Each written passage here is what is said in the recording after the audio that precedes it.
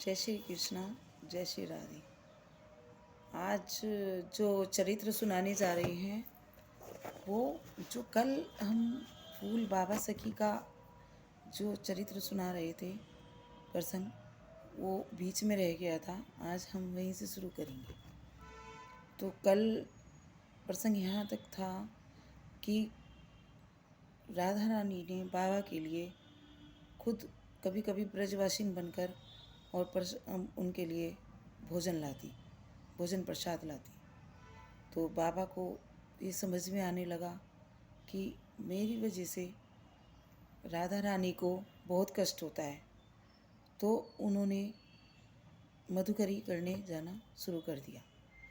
अब मधुकरी जब बाबा जाते थे तो मधुकरी किसे कहते हैं? जो 5 घर से भिक्षा मांग कर लाना, और जो 5 घर में से जो कुछ मिल जाए उसे में निर्वाह करना। कभी कभी 5 घर से 2 घर भी रह जाते हैं, 3 भी रह जाते हैं, और कभी कभी 5 के 5 से मिल जाता है, तो उसी में निर्वाह करना, छठे घर की तरफ देखना भी नहीं। तो बाबा ने मधुकरी करने जाना शुरू कर दिया और मधुकरी करके अपना निर्वाह करना शुरू कर दिया। अब क्या होता है कि कुछ दिन बाद फिर बिहारी जी की याद सताने लगी। अब वो बिहारी जी से मिलने और उनके पास जाने के लिए व्याकुल होने लगे। तो एक दिन बाबा उठे और वृंदावन की तरफ चल दिए। वृंदावन पहुंचकर उन्होंने, एक स्थान है निधिवन, प्रिया प्रीतम की क्रीड़ा स्थली निधिवन, सब जानते हैं निधिवन और सबने सुना है। आज भी वहाँ पर प्रिय प्रीतम अपना रास करते हैं और रात्रि में वहाँ किसी को रुकने की कोई आज्ञा नहीं है। बाबा निधिवन में रहकर भजन करने लगे और अपने आप को किशोरी जी की प्रिय सखी का भाव रख के सोहनी सेवा यानी कि झाड़ू लगाने की सेवा करने लगे। अब वो उनका भाव चलता रहता कि मेरे प्रिय प्रीतम आएंगे और रास करेंगे तो कहीं उनके पैर में कोई कांटा, कोई कंकड़ ना चुभ जाए, इसीलिए वो पूरे निधिवन में झाड़ू लगाते हुए भजन करते थे और अपने आप को किशोर जी की प्रिय सखी मानने लगे। भाव प्रगाढ़ हुआ और कहते हैं ना कि जब भक्त में लालसा हो उनसे मिलने की, तो भगवान भी इतने ही व्याकुल होते हैं भक्त से मिलने के लिए। तो किशोरी जी ने एक दिन रास करते करते किशोरी जी का पायल का नूपुर यानी कि घुंघरू बिखर गए और सखियों से बोली कि तुम सब मेरे नूपुर इकट्ठा करो और पायल में बांध दो। सारी सखियों ने नूपुर इकट्ठा किए और पायल में बांध दिए। तो पता चला कि एक नूपुर नहीं है, एक घुंघरू नहीं है, कम है। तो किशोर जी ने कहा, अरे सखियों सुनो, तुम सुबह जो वो है ना फूल सखी, और वो सोहनी सेवा करती है यहाँ पर, उससे प्रातःकाल जाकर पूछना कि उसके पास तो नूपुर नहीं है कहीं।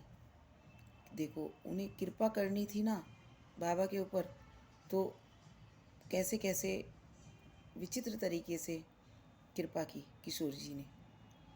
तो अकारण कृपा इसको बोलते हैं, जिसका कोई कारण नहीं है और कृपा कर दी।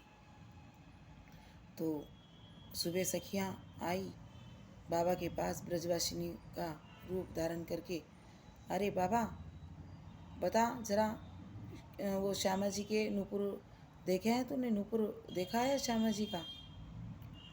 अब बाबा चतुर बन गए और बोले, हाँ नूपुर है मेरे पास, मैंने देखा है, सोनी सेवा करते हुए मिला था, पर ये क्या पता कि वो श्यामा जी का है या श्याम जी का है।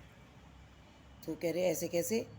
कह रहे और क्या, मैं ऐसे नूपुर नहीं देने वाला, पहले बताओ वो क्या पता चले इस बात का कि वो श्यामा जी का है, किशोरी जी का है या नंदलाल जी का है। अब सखियाँ किशोर जी के पास गई कि बाबा ऐसे बोल रहे हैं, वो सखी तो ऐसे बोल रही है, फूल सखी।